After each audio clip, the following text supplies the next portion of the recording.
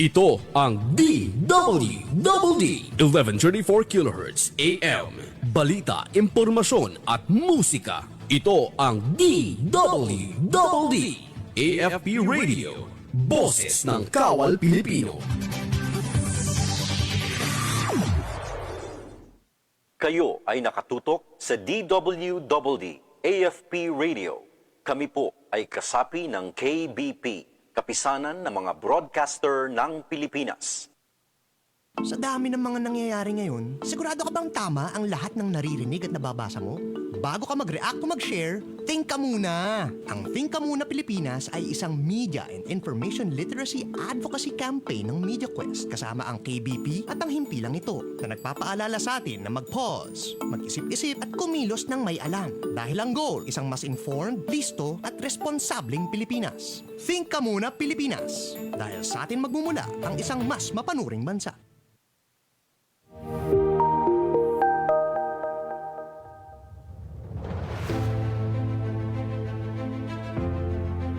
Maraming salamat po sa inyong walang sawang support.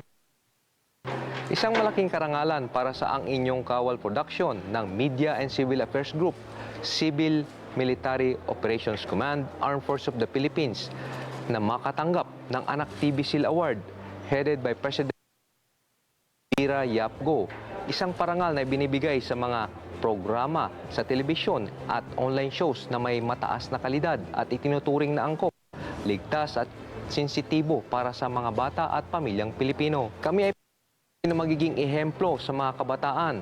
Sisikapin po naming makapaghatid ng makabuluhang kwento kung papaano isinasabuhay ng sandatang lakas ng Pilipinas. Ang misyon nitong protektahan ang bawat mamamayang Pilipino at panatilihing ligtas ang ating minamahal na bansang Pilipinas. Maraming salamat po. God be all the glory. Kami ang inyong kawal. Kami ang inyong kawal.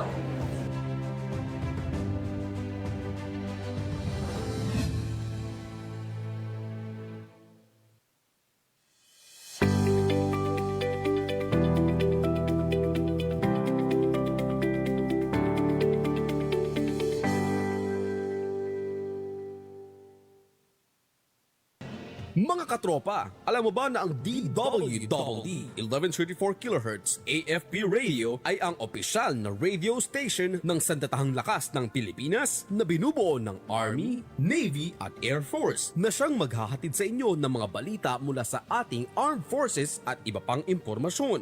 Mga katropa, hanapin at ilike kami sa Facebook, Twitter at YouTube. DWDD AFP Radio, ang boses ng Kawal Pilipino.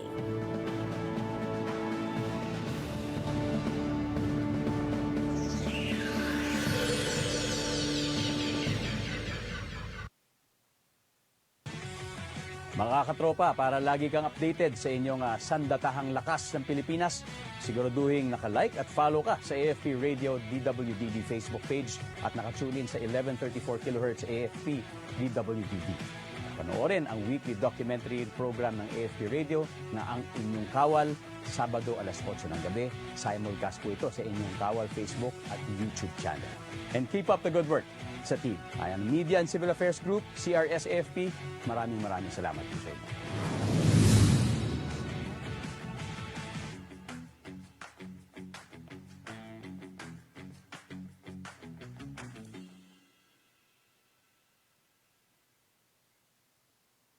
Mga katropa, para lagi kang updated sa inyong sandatahang lakas ng Pilipinas, siguraduhin naka-like at follow ka sa AFP Radio DWDD Facebook page at nakatune in sa 1134 kHz AFP DWDD. Panoorin ang weekly documentary program ng AFP Radio na Ang Inyong Kawal, Sabado alas 8 ng gabi. Simulcast po ito sa Inyong Kawal Facebook at YouTube channel. And keep up the good work sa team. Ay ang Media and Civil Affairs Group, CRS-AFP, maraming salamat po sa inyo. Programang maaasahan, balita at impormasyong makabuluhan para sa Pilipinong manggagawa at namumuhunan. Ito ang Dole sa AFP Radio. Usapang trabaho, oportunidad, karapatan at proteksyon mula sa Department of Labor and Employment. Ito ang Dole sa AFP Radio. Luzon, Visayas, hanggang Mindanao. Sama-sama natin talakayin ang mga programa at serbisyo ng kagawaran. Ito ang Dole sa AFP Radio.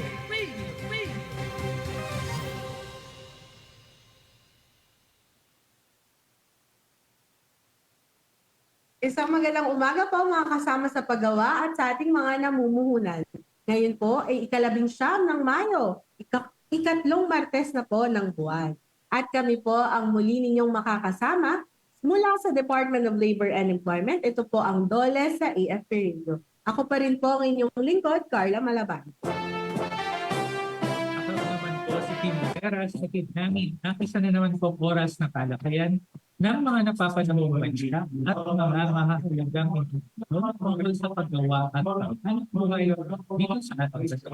Bago tayo magsimula, bumati muna tayo sa ating mga napakasipag ng mga kasama sa paggawa, gayon din sa ating mga namumuhunan. Ayan, good morning po sa lahat ng mga nakatutok sa atin via the Armed Forces Radio Channel, DWWD 1134 kHz.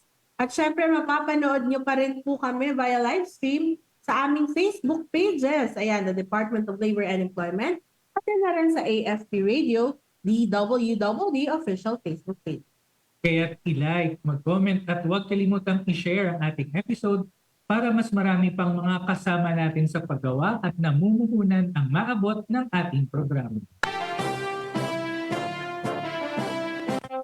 Magandang umaga po sa ating mga taga-subaybay, mga tagapakinig. Ayan, tuloy-tuloy po ang ating pagbibigay ng mga importanteng balita at informasyon patungkol syempre sa paggawa at employo dito sa atin. At syempre, partner, patuloy din yung ating paghahatid ng programa at serbisyo para sa ating mga manggagawa, lalo na sa ating mga nasa rehiyon. Yes. At ngayon ng araw, partner, yung ating kukumustahin ay yung mga manggagawa natin na naapektuhan nung patuloy na pag-aalburuto ng Bulkang Mayon. Kasi nasa news pa rin yan, no? Tuloy-tuloy kasi yung unrest ba? Yung tawag nila doon, yung unrest. Tama ka, partner, dahil aktibo nga yung pag-aalburuto ng Bulkang Mayon.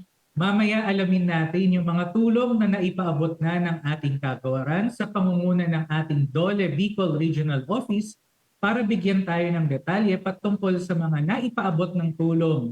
At makakasama natin maya-maya lamang si Dole Bicol Regional Director Imelda F. Gatinaw. Pero bago po yan, mga kasama, pakinggan muna natin ang mga magagandang balita na tampok natin ngayong umaga. Good news muna tayo.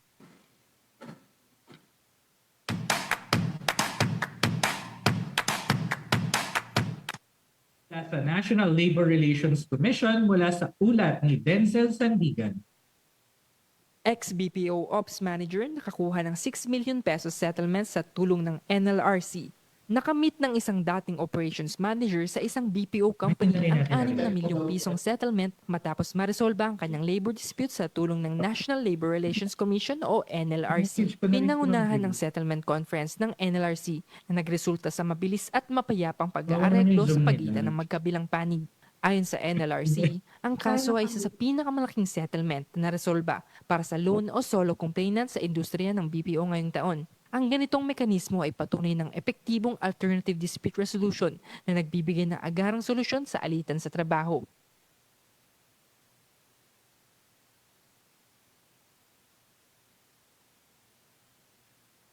Sunod naman po natin, good news. Ayan, sugarcane workers nakakuha ng benepisyo mula sa DOLE. Alamin natin ang ibang detalye hatid ni John Lay Ordon. 378,000 pesos na benepisyo na ipamahagi sa sugarcane workers sa Cagayan. Nakatanggap ng mahigit 378,000 pisong maternity at death benefits ang halos 40 sugarcane workers at magsasaka mula sa iba't ibang bayan sa Cagayan. Ito ay sa ilalim ng Social Amelioration Program o SAP ng DOLE. Kabilang sa mga benepisyaryo ang higit 20 manggagawa na tumanggap ng 8,000 piso bawat isa bilang maternity benefit. 11 benepisyaryo naman ang nakatanggap ng 14,000 piso bawat isa bilang death claim assistance. Layunin ng SAP na mapabuti ang kabuhayan ng mga manggagawa sa industriya ng asukal sa pamamagitan ng social protection at karagdagang benepisyo. Advokasya naman sa health and safety ng mga manggagawa sa Central Luzon ang mas pinaigting ang balitang hatid muli kay Denzel Jan Sandigan. Mahigit 1,500 manggagawa sa Central Luzon sumali sa DOLE Mental Health Run. Umabot sa mahigit 1,500 empleyado mula sa halos 100 kumpanya sa Central Luzon ang lumahok sa Run as One Tree, Step Up for Mental Health at Work sa Clark Freeport Zone. Ang nasabing running event ay bahagi ng kampanya ng DOLE para sa workplace wellness. Kasabay na rin ito ng mga aktibidad sa pagdiriwang ng Labor Day nitong Mayo 1. Ang mga kalahok ay tumakbo sa 3K, 5K at 10K categories upang isulong ang kamalayan sa mental health at mas ligtas na lugar ng trabaho. Layunin ng aktibidad na palakasin ang suporta sa mental health at itaguyod ang mas malusog na working environment para sa mga manggagawa. Tuloy pasada program sinimula na rin sa Naga. Alamin ng balita mula muli kay John Leo Ordon. Tupad tuloy pasada, umarangkada na sa Naga. Inulunsad na ng DOLE Bicol at LTFRB ang Tupad Tuloy Pasada program sa Naga City upang matulungan ang public utility jeepney drivers na apektado ng patuloy na pagtaas ng presyo ng gasolina. Sa unang implementasyon, 46 na PUJ drivers mula sa iba't ibang transport groups ang nakatakdang makinabang sa 20-day emergency employment. Bawat benepisyaryo ay makatatanggap ng mahigit 9,000 pisong sahod, personal protective equipment at GSIS Group Personal Accident Insurance. Inaasahang mahigit 500 transport workers sa Naga ang makikinabang sa programa sa mga susunod na batch. Kasama rin sa aktibidad ang orientation sa safety, program guidelines at basic first aid para sa mga benepisyaryo. Tulong pangkabuhayan naman ang hatid ng DOLE sa mga kababaihang manggagawa sa Cebu. Hatid yan ni Gasel May Elitist. 10 kababaihan sa Cebu, micro-entrepreneurs na sa tulong ng DOLE. 10 kababaihan mula Barangay Lagtang ang formal nang naging micro-entrepreneurs matapos tumanggap ng mga nego-cart na nagkakahalaga ng ₱250,000 sa ilalim ng DOLE Integrated Livelihood Program. Layunin ng inisyatiba na mabigyan ng mas matatag na kabuhayan ang mga benepisyaryo sa pamamagitan ng mobile vending na inaasahang magpapas ng kanilang kita at magpapalawak ng oportunidad sa hanap buhay. Kabilang sa mga tumanggap ang pinakabatang benepisyaryo na 19 na taong gulang at ang pinakamatanda na 64 na taong gulang. Sa pamamagitan ng mga nego-cart, inaasahang mas napapalapit ang mga produkto at serbisyo sa mga mamimili sa komunidad, habang pinalalakas ang kakayahan ng mga benepisyaryo na magkaroon ng mas matatag na pinagkakakitaan. Ang programa ay nakikitang hakbang tungo sa mas inklusibong oportunidad sa kabuhayan na nagbibigay diin sa pagkakaroon ng disente at pangmatagalang hanap buhay para sa mga pamilyang benepisyaryo sa Lagtang. Yan po, mga kasama, ang good news natin na tampok ngayong umaga. Susunod na po ang ating panayam kay DOLE Bicol Regional Director, Imelda F. Gatino. Pagkatapos po yan ng ilang mga paalala. Oras po natin, 11:14 a.m. Alamin ang mga mainit na balita mula sa ating Armed Forces. Tumutok sa 1134 kHz AM sa inyong mga radyo. At manood online. I-like at i-share ang AFP Radio DWWD Facebook page. Ito ang DWWD Armed Forces Radio, ang boses ng Kawal Pilipino.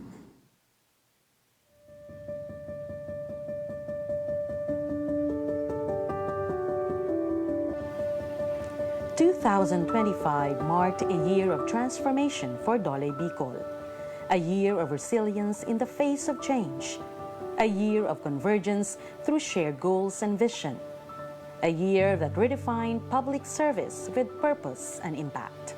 Dole Bicol channeled this transformation into a culture of agility and innovation, grounded in excellence, delivering public service that creates real and lasting impact for the Bicolano people. This collective effort led to a winning year for Dole Bicol, marked by consecutive national recognitions in the Kabuhayan Awards and Labor Inspection, achievements made possible through a strong culture of convergence with stakeholders, where collaborative governance became outstanding service for the Bicolano people.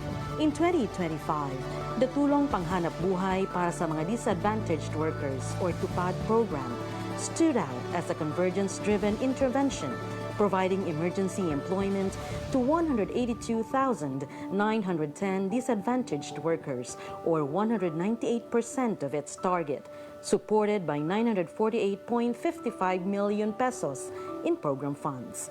Its strength lay in Dole TUPAD's convergence with various partner agencies, including TUPAD Kasanayan with TESDA, which linked short-term employment with skills training. Other key convergence initiatives included TUPAD Turismo with DOT, Agri-TUPAD with DA, TUPAD PWD, Project TUPAD Luntian with DENR, Project Daloy TUPAD para sa irigasyon with NIA, TUPAD Balik Sigla sa Ilog at Lawa program or BASIL with BIFAR, TUPAD Through Lawa and Binhi project with DSWD, and TUPAD Paglaong with WJNP, addressing employment needs across multiple priority sectors. With strong LGU support, TUPAD evolved into a coordinated, multi-sectoral platform that promoted inclusive growth, community resilience, and local economic development. Livelihood empowerment took center stage under the Dole Integrated Livelihood Program. The Dole Integrated Livelihood Program, or DILP, exceeded its target by assisting 4,230 beneficiaries with 106.24 million pesos in livelihood support. Program implementation was strengthened through interagency convergence with the DTI for business management, TESDA for skills training, and the RTWPB for productivity enhancement, with the Department of Social Welfare and Development ensuring program integrity through certificates of non-coverage. The program was further strengthened through Dole's partnership with BRAC, integrating the graduation approach into livelihood interventions. At least 500 former 4-piece beneficiaries from 7 municipalities in Albay served as pilot beneficiaries, demonstrating effective transition towards sustainable livelihoods. These achievements were recognized at the National Kabuhayan Awards 2025, where Dole Bicol was honored as Best Region in DILP implementation and first runner-up Best Livelihood Project individual category. For the youth, Dole Bicol opened doors to opportunity through the government internship program. It strengthened youth employability and public service readiness by providing meaningful government work experience to 4,122 interns. Notably, 341 beneficiaries successfully transitioned into regular employment across various sectors, underscoring the program's effectiveness as a pathway from internship to decent work.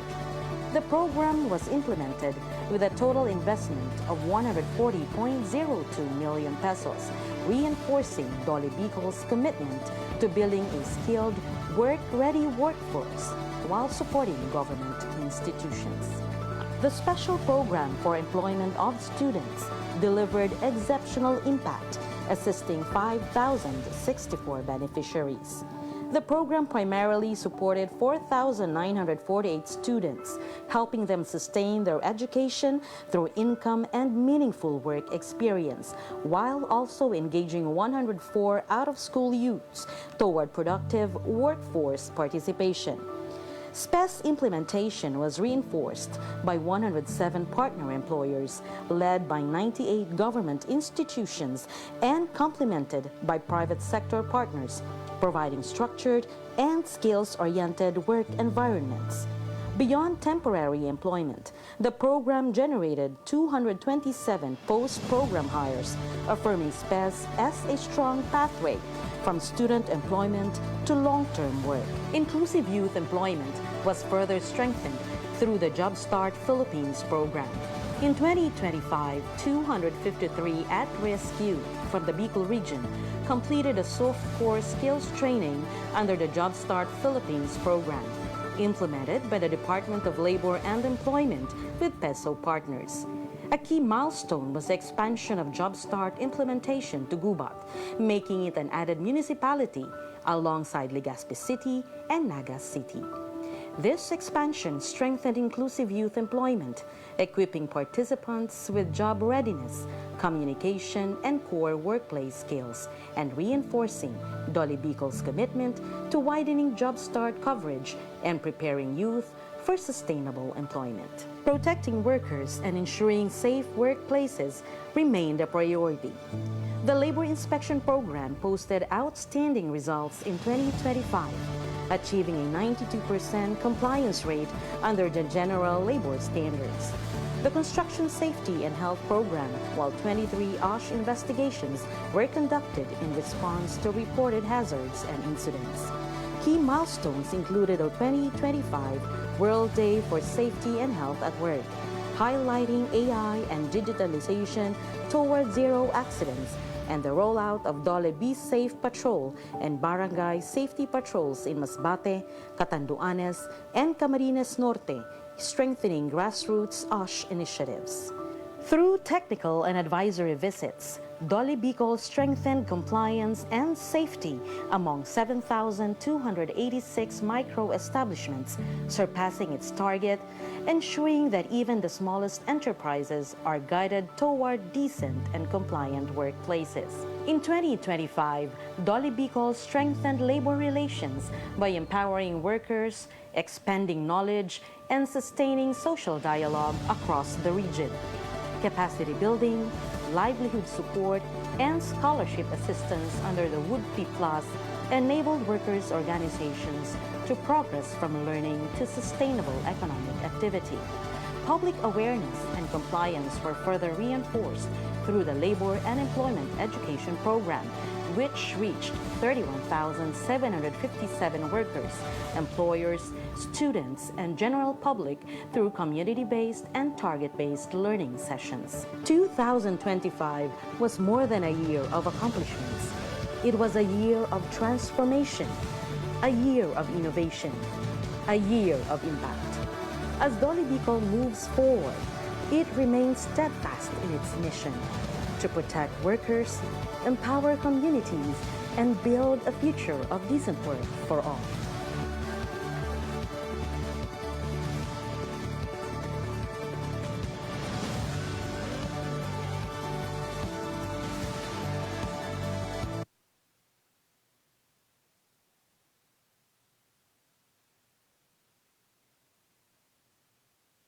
Nagbabalik po tayo sa ating programa, Dole sa AFP Radio. Patuloy ang paghahatid natin ng mga programa at serbisyo, lalo na sa mga manggagawa at namumuhunan nating naapektuhan ng iba't ibang kalamidad dito sa ating bansa. Kasama na nga dyan, partner, yung mga kasama natin, mga kababayan natin dyan sa Bicol na apektado nga ng patuloy na pag-aalburuto ng Bulkang Mayom. At para nga partner magbigay sa atin ng detalye patungkol sa assistance na naibigay ng Department of Labor and Employment para sa ating mga kasamang manggagawa dyan. Kasama natin ngayong umaga, Dole Bicol Regional Director Imelda F. Gatinaw. Good morning po, RD, and welcome po sa AFP Radio. Good morning, Ma'am Carla. Good morning, Sir Team. Hindi ko alam kung may problema sa camera ko. Hindi nyo ba ako nakikita? Hindi pa po, RD, pero malinaw naman po yung inyong audio. Ibalik ko na lang yung aking picture kasi parang nagka-problema sa setting. Okay na po ba ito? Yes, okay naman po, ma'am. Opo. Salamat sa pagkakataon na ibinigay nyo sa amin para sama kayo dito sa ating Dole sa AFP Radio. Opo, tumungo na po tayo sa ating diskusyon ngayong umaga, RD Dedeng, no?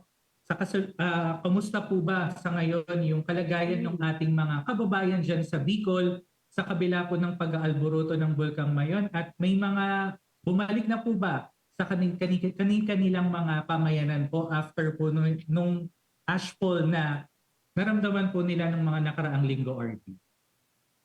Sa kasalukuyan, Sir Tim, patuloy nating minomonitor ang kalagayan ng ating mga kababayan, particularly doon sa lugar na nasa paligid ng danger zones ng Bulkang Mayon. Ang daming areas affected. Nagsimula ito noong January 6, no? Yung unang pagguho ng, ang tawag dyan ay pagguho ng lava, strombolian activity ang technical term na sinasabi, na talagang dumadaloy ang mga malalaking bato. So ang daming in-evacuate, no? Daraga, Bakakay, Malinaw, Santo Domingo, Malilipot areas. At nitong Mayo, nagkaroon ng pag-collapse nung dome, kaya nagkaroon ng matinding ashfall. Umabot ito doon sa areas ng Kamalig, Ginobatan, Ligao City. Malaki yung ang kapal ng abo, kaya talagang ang daming naapektuhan. Marami sa ating mga kababayan ang nawalan ng hanap buhay bunsod sa epektong ito ng pag-alboroto ng bulkan, lalong-lalo na yung sa sektor ng agrikultura, nandyan din yung sa sektor ng turismo, mga maliliit na negosyo, mga informal workers. Pero gusto nating ipaalam, no, sa pamamagitan ng ating DOLE sa AFP Radio na ang Department of Labor and Employment ay nakaalalay, no, katuwang ang provincial government, ang mga local government units. Ina-assist natin ang ating mga kababayan upang agarang maipaabot ang kinakailangang tulong. Kasi every now and then nga nag-uusap po kami ni Governor Noel Rosal kasi talagang kailangan ng mga tao ang agarang serbisyo, especially on the aspect of pangkabuhayan, para sa mga manggagawang naapektuhan at kanilang mga pamilya. Sir Tim, Ma'am Carla. Yes, RD, medyo malaki na po pala talaga yung naaapektuhan, napakalaking parte na po ng Bicol region, RD, base nga po dun sa inyong mga na-share kanina. Pero RD, meron na po ba tayong datos, ilang manggagawa po at mga pamilya na po yung naapektuhan po nitong pag-alboroto po ng Bulkang Mayon? Na since Enero pa po pala na nag-start, RD? Yes, Ma'am Carla. Batay sa monitoring na isinagawa ng Regional Disaster and Risk Reduction Monitoring Council, parati tayong may natatanggap na report. Umaabot na sa 70,150. Ito yung recent na document na nakuha natin kahapon. 286,940 persons ang affected dito. At ang naitalang assistance na ng provincial government at yung relief assistance ng Department of Social Welfare and Development, kasi ang DSWD ay nandyan talaga for immediate relief. No, umaabot na yung assistance sa 69,324. So, kasama na dito yung mga nailikas, yung mga nasa evacuation center, pero hindi naman ganito kadami ang nasa evacuation center, no? Kasi yung naapektuhan ng ashfall ay nakabalik na kaagad sa kanilang mga residences. Ito lang na nasa 6-kilometer danger zone ay talagang inilikas. So marami-rami din sila at ito yung datos na nakuha natin base sa mga total affected, especially ang mga agricultural workers na talagang apektado ang kanilang kabuhayan dahil dito sa pag-alboroto ng Bulkang Mayon. Bukod po sa mga profiling and assessment na ginagawa natin, RD, ano pa po bang mga tulong, serbisyo at programa po yung napaabot na at ipapaabot pa po ng DOLE Bicol para po sa mga apektado nating kababayan dyan sa Bicol, RD? Sir Kim, tayo ay nagpapaabot ng iba't ibang intervention para sa mga naapektuhang manggagawa at ng kanilang pamilya. Kabilang rito yung ating tulong panghanap buhay sa ating displaced workers kasi talagang displaced sila, no? In fact, yung ating assistance dito sa tabako, yung mga yung abandoned house ng Chuchi. May dinonate kasi ang Chuchi Foundation na abandona na. Matagal-tagal na itong idinonate, no? Ni-revive natin, ni-rehabilitate natin yung mga evacuees mismo ang nag-refurbish ng mga evacuation centers at ginawang learning center, women center, evacuation center na pwedeng tirhan, no? Ito yung ating mga assistants. Ang maganda sa ginagawa natin ngayon because of our strategic framework na tupad as pathway to livelihood and employment, yung ating emergency employment ay hindi na lang stand-alone activity, no? Ito ay nagagamit na nila dahil embedded sa ating emergency employment ang skills development, ang training program, no? Kung titignan yung sa evacuation center ng Chuchi na talagang tinulungan nating ma-rehabilitate na naging learning center ng mga bata at women training center, ang mga skills na in-embed natin sa emergency employment ay construction painting, electrical wiring, nandyan din yung yung pag-i-improve ng landscaping, ito yung mga ginagawa natin. Masonry and carpentry. Dito sa Malinaw, katuwang natin ang local government unit kasi merong community college ang Malinaw municipality. Kinuha nila yung mga displaced and evacuees na tumulong sa paggawa ng mga lamesa at mga upuan. So carpentry work ito, and to think we are strengthening an institution because of our limited resource, nakakapul tayo, nakakatulong pa sa mga institusyon na talagang may impact sa community. So our displaced workers are fielded as workers na magkakaroon ng skills sa carpentry work. So ito yung ating mga modelong mga programa na nangyayari dito. Bukod pa sa immediate rehabilitation kasi once evacuees, tinutulungan natin na talagang ma-rehabilitate yung mga areas affected para makatulong din sa kanilang hanap buhay, meron silang makukuhang agarang kita. Nandyan din yung ating long-term na DOLE Integrated Livelihood Program na talagang tinutulungan natin. Pero ito ay long-term, kaya talagang masusi nating pinoprofile ang ating mga beneficiaries. Sir Tim, Ma'am Carla. Magandang malaman, partner at RD, na talagang sustainable yung ginagawa nating programa. At yung nabanggit nga ni RD na skills development, talagang pinapakita nito na hindi lang naglilinis yung mga tupad beneficiaries natin. Na pakinggan natin na yung skills development, nandiyan yung masonry, carpentry, lahat yan intended para sa reconstruction, rebuilding kapag may mga kalamidad na nangyayari katulad nito. Gusto rin natin i-highlight, partner, na yung sinabi ni RD na yung tupad kasi hindi na lang siya yung basta emergency employment. After nito, yung ating mga workers, meron silang, may skills na sila na pwede nilang magamit pag natapos na yung kanilang tupad, work, yung kanilang community work na under sa tupad. So, yes, Ma'am napakaganda Carla. ng mga model na programs or mga ng mga shinare sa atin. Ayan. RD, yung tanong na rin po namin kung meron din po ba tayong datos kung ilan na po yung ating natulungan sa pamamagitan po nung shinare po nga natin na programa, yung TUPAD at DILP, at magkano na po yung ating naibigay na assistance para po sa kanila, RD? Parati tayong nagdo-document ng ating mga assistants, no? Nire-report natin ito sa RDC, nire-report natin sa Social Development Committee of the RDC, kay Governor Rosal bilang RDC Chair. Dito sa Albay Province, magmula nung nag-alboroto si Mayon, no? Ang maganda kasi sa atin ay continuing yung ating effort, continuing yung ating intervention. Very active ang ating mga PESO managers. We learned so much from the experience in Masbate and Catanduanes na nung dumating ang bagyo, meron tayong nailaan na dahil continuing ang mga projects, meron tayong available na pera na ibinigay sa kanila bilang bayad sa kanilang trabaho for the prior months nung kanilang mga projects or work. Kaya nung dumating yung sakuna, may pera ang mga tao. So dito rin sa Albay, ganito ang ginagawa natin, continuing effort talaga.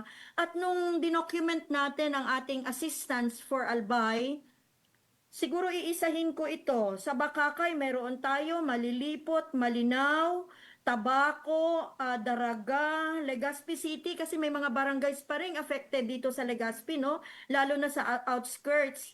Manito, malayo na ang nito, tatanggalin natin ito sa listahan natin. Kamalig, Ginobatan, Ligao City, OWAS, ito yung mga areas na affected talaga.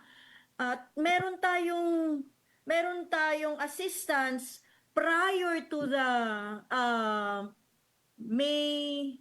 yung ashfall na event no na nangyari. Meron na tayong natulungan magmula nung January 6 na 5,659 beneficiaries amounting to 36,877,555. Various projects ito ang ini-implement natin dahil ang kampanya natin sa Bicol ay continuing ang advocacy natin na let us do away doon sa mga usual na ginagawa, no, yung walis-walis.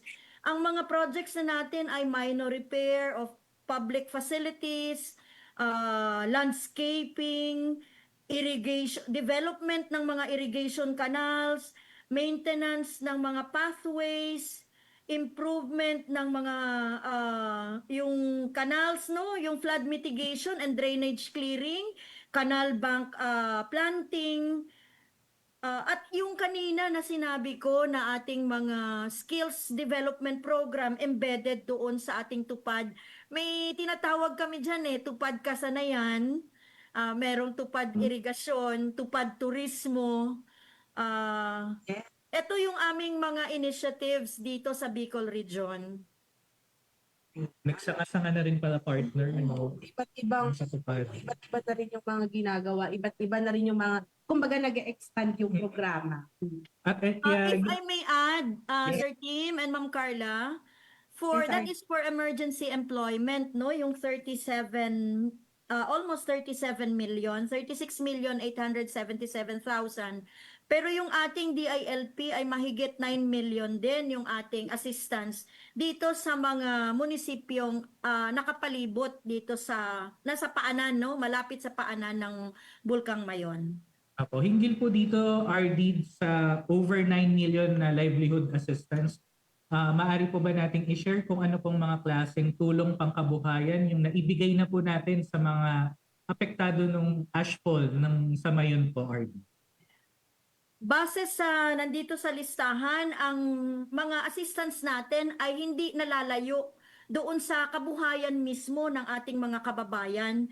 Kaya yung ating mga assistance ay more on negosyong kariton, food processing, food vending, meron ding tambo, walis tambo making.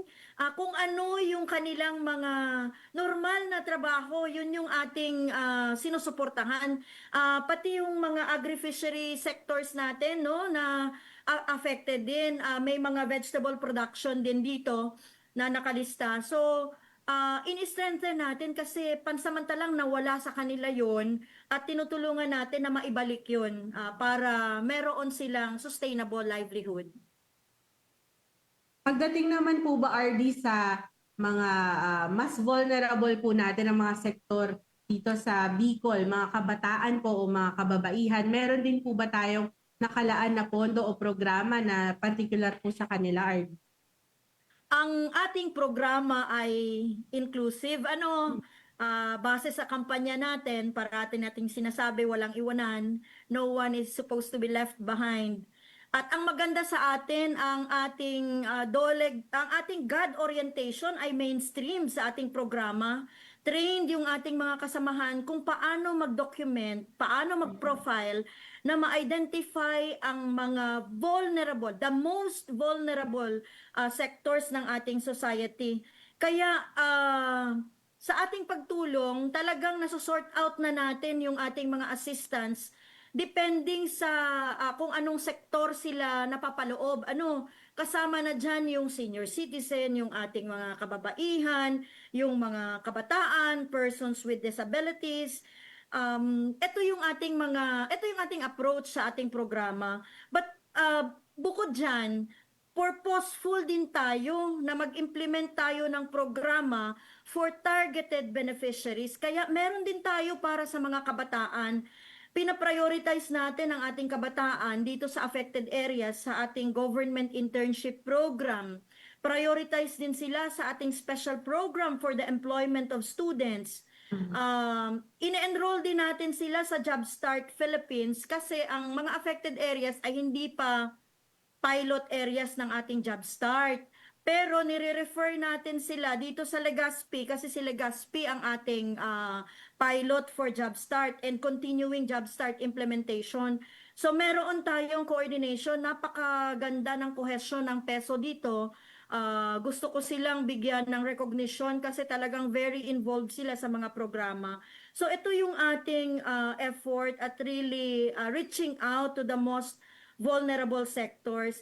By the way, ang inilaan natin after the incident nung very thick ashfall na na-experience dito, base sa pag-uusap natin sa mga local chief executives with Governor Rosal at the helm, around 150 million ang pwede natin pang i-assist. Bukod pa ito sa naibigay na natin. So we are targeting na ongoing na ang profiling nito once makompleto na natin. Kahit initial lang for the affected municipalities, iproseso na natin na ma-enroll sa GSIS at mag-issue na tayo ng notice to proceed.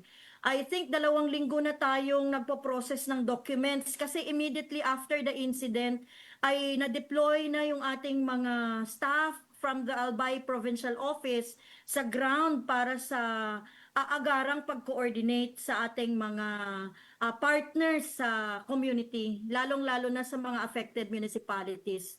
Sir Tim, Ma'am Carla.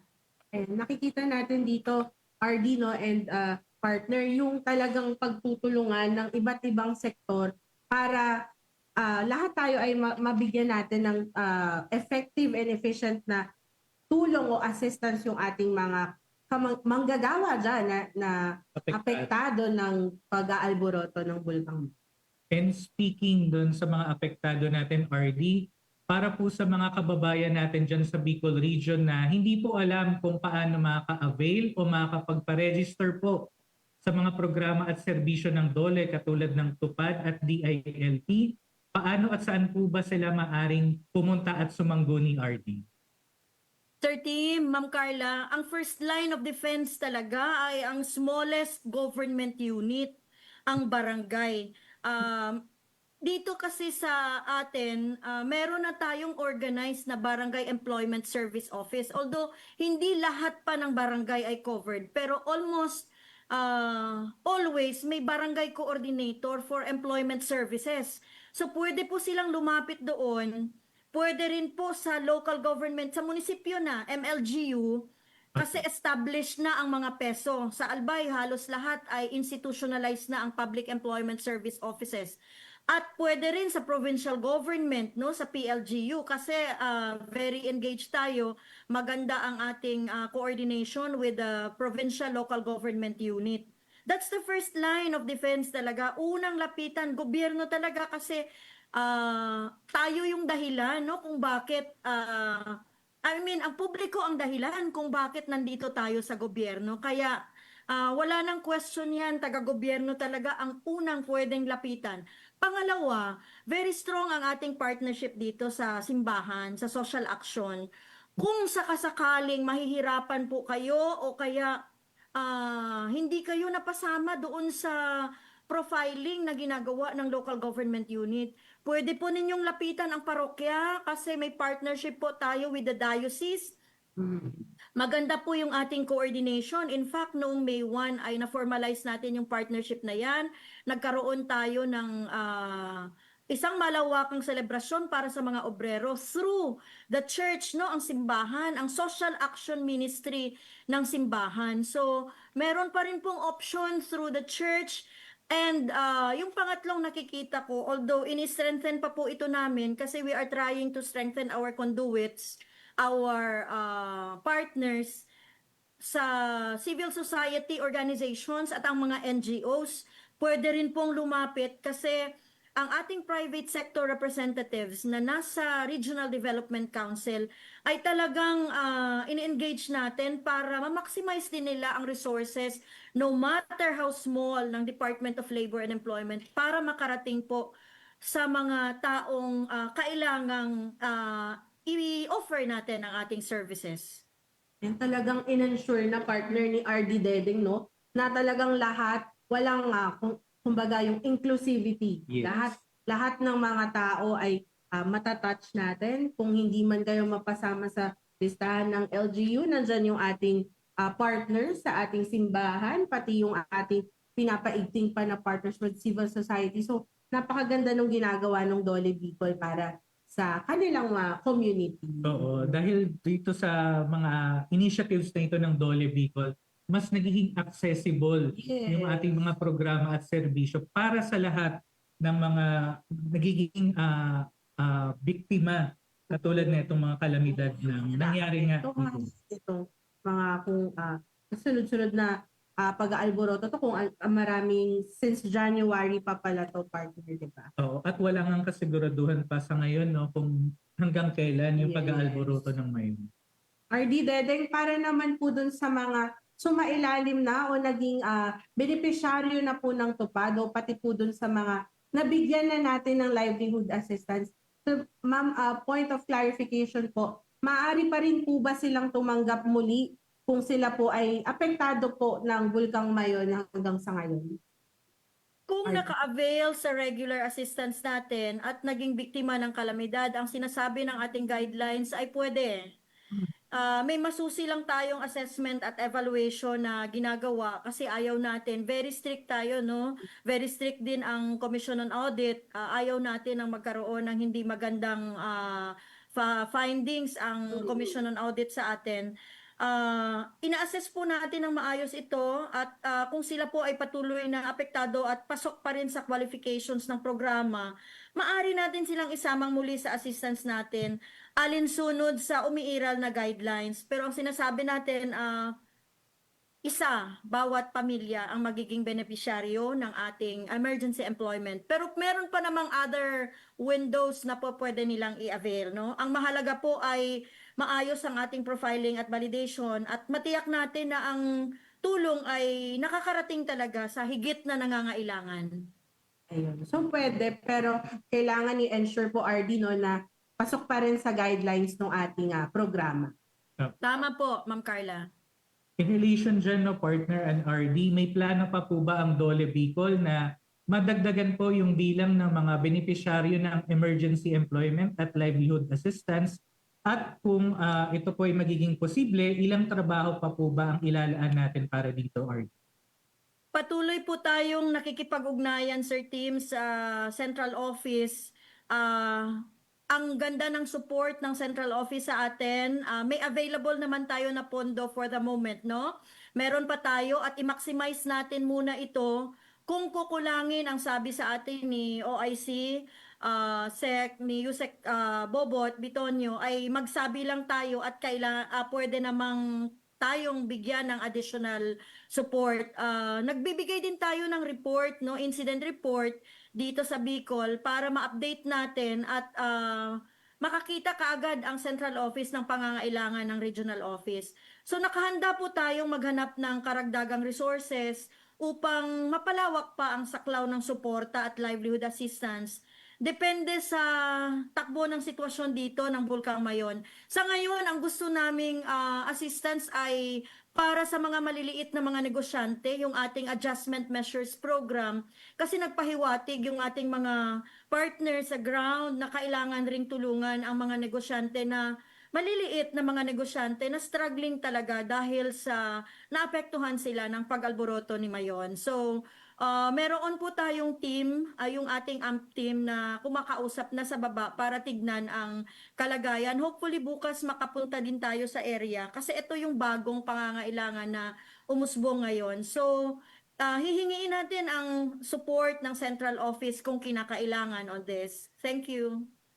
Talagang tuloy-tuloy, no, yung pagsuporta hindi lang sa ating mga manggagawa, pati sa ating mga namumuhunan, kumbaga, para yung tuloy-tuloy na ma-improve yung economy natin o maging stable yung ekonomiya natin dyan sa Bicol Region. At this point po, RD Dede, hingi na lang po kami ng mensahe po ninyo para sa kasama na po yung mga apektadong mga komunidad upang ipakita yung ating malasakit at para sa kanilang kalagayan. RD? Salamat, Ma'am Carla, Sir Team. Salamat din sa suporta ng various sectors. Yung ating engagement dito ay convergence talaga. Hindi talaga natin magagawa ito na tayo lang, no? Nandyan din ang suporta ng Central Office. Sa ating mga kababayan po na naapektuhan ng pag-alboroto ng Bulkang Mayon at ng ashfall po, nais po naming ipaabot sa inyo na hindi po kayo nag-iisa. Katuwang po ninyo ang Department of Labor and Employment sa panahong ito ng pagsubok. Patuloy po kaming makikipag-ugnayan sa provincial government, kay Governor Rosal, sa mga local government units na sa munisipyo, sa public employment service offices, sa simbahan, sa ating mga partners sa civil society groups, iba pang mga ahensya ng pamahalaan upang matiyak na ang tulong, ang serbisyo ay agad pong makarating sa inyo, lalong-lalo na sa mga higit na nangangailangan. Hinihikayat po namin ang ating mga kababayan na makiisa po sa profiling, makipag-ugnayan po sa inyong lokal na pamahalaan upang mas mapabilis po namin ang pagbibigay ng suporta, ng assistance at maayos na matukoy ang mga kwalipikadong benepisyaryo. Sama-sama po ang pagtutulungan. Tiwala po kami na makabangon po tayo bilang isang matatag na komunidad. Muling mapapalakas ang ating kabuhayan, especially yung mga pamilyang naapektuhan. Naniniwala po ako na ang kakayahan ng bawat pamilyang Bicolano, hindi basta Oragon lang, tul-tul pa. May salita yan sa Bicol basta Bicolano, Oragon na, tul-tul pa. Ang Bicolano ay hindi lang matatag ang kalooban, disiplinado, magaling. Panghawakan po natin ito. Maraming salamat po, Sir Tim at Ma'am Carla, sa opportunity. Basta Bicolano, Oragon na, tul-tul pa. So napakaganda po ng mensahe na yan na RD Dedeng. At syempre po, maraming salamat po sa patuloy po na pagpapaunlak po sa amin dito sa Dole sa AFP Radio. Alam po namin na very busy po kayo dyan sa regional office at kasama na rin po yung ating mga iba't iba pang provincial office. Again, maraming salamat po RD Dedeng sa inyong oras. Thank you, Thank you very much. Stay safe po, RD. Salamat Sir Tim, Ma'am Carla. Salamat. At narinig po ninyo ang mga kasama nating mga manggagawa at namumuhunan, si Dole Bicol Regional Director Imelda F. Gatinaw. Maaari nyo pong maabot ang Dole Bicol sa pamamagitan ng pagbisita sa kanilang website www.ro5.dole.gov.ph. Ng kanilang mga address, pati na rin ang kanilang mga telephone lines. At para naman sa iba pa ninyong labor-related na tanong or kung may nais pa po kayong malaman o di kaya ireklamo, bukas din syempre ang ating Dole Hotline 1349. I-dial na lang po yan sa inyong mga telepono.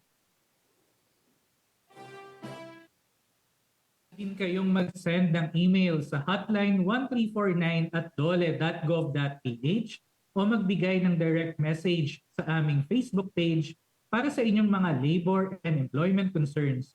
Hanapin nyo lamang ang official at verified Facebook page ng Department of Labor and Employment.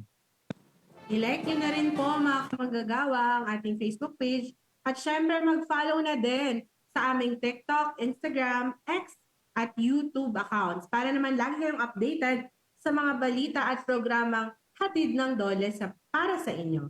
I-type nyo lang po dolegov_PH. Pati na rin po kung kayo po ay nasa Viber, nandyan din po kami. Ayan, punta lang po kayo sa aming Viber community channel, #Servisyong Dole. At syempre, mag-visit na rin sila, partner, sa ating website, no? dole.gov.ph dahil nandyan yung ating mga balita, yung mga updates about sa ating, kung saan na ba ang latest na job fair. Ayan. Kung Makikita. yes, makikita niyo yan, portal din yan para makapunta kayo sa iba pang mga website ng ating mga iba't ibang office. At isa na naman pong episode ng ating napagsamahan, mga kasama sa paggawa at namumuhunan. Sa susunod na episode, abangan kung anong programa ng DOLE ang ating tatalakayin dito sa programa. Sa ngalan ng aming mga kasamahan sa DOLE Information and Publication Service at gayon din sa DOLE Bicol Information Unit at sa tulong ng ating mga katropa sa Armed Forces of the Philippines Radio, ako pong muli si Tim Later. At ako naman po, si Carla Malabana, tutok lang po ulit sa susunod na episode ng ating programa para sa iba pang mga serbisyong hatid ng DOLE sa bawat manggagawa at namumuhunang Pilipino. Dito lamang yan sa DOLE sa AFP Radio. Oras po natin, 11:56 a.m.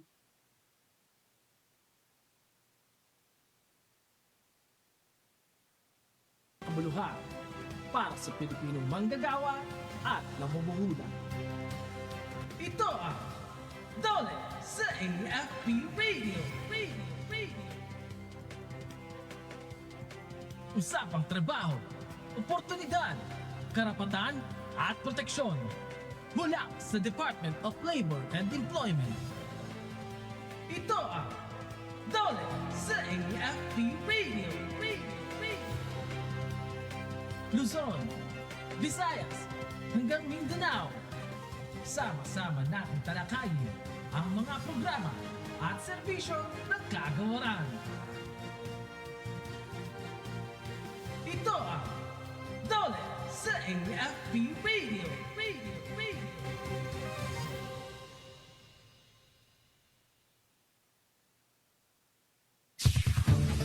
Ito ang DWWD 1134 kHz AM. Balita, impormasyon at musika. Ito ang DWWD AFP Radio. Boses ng Kawal Pilipino.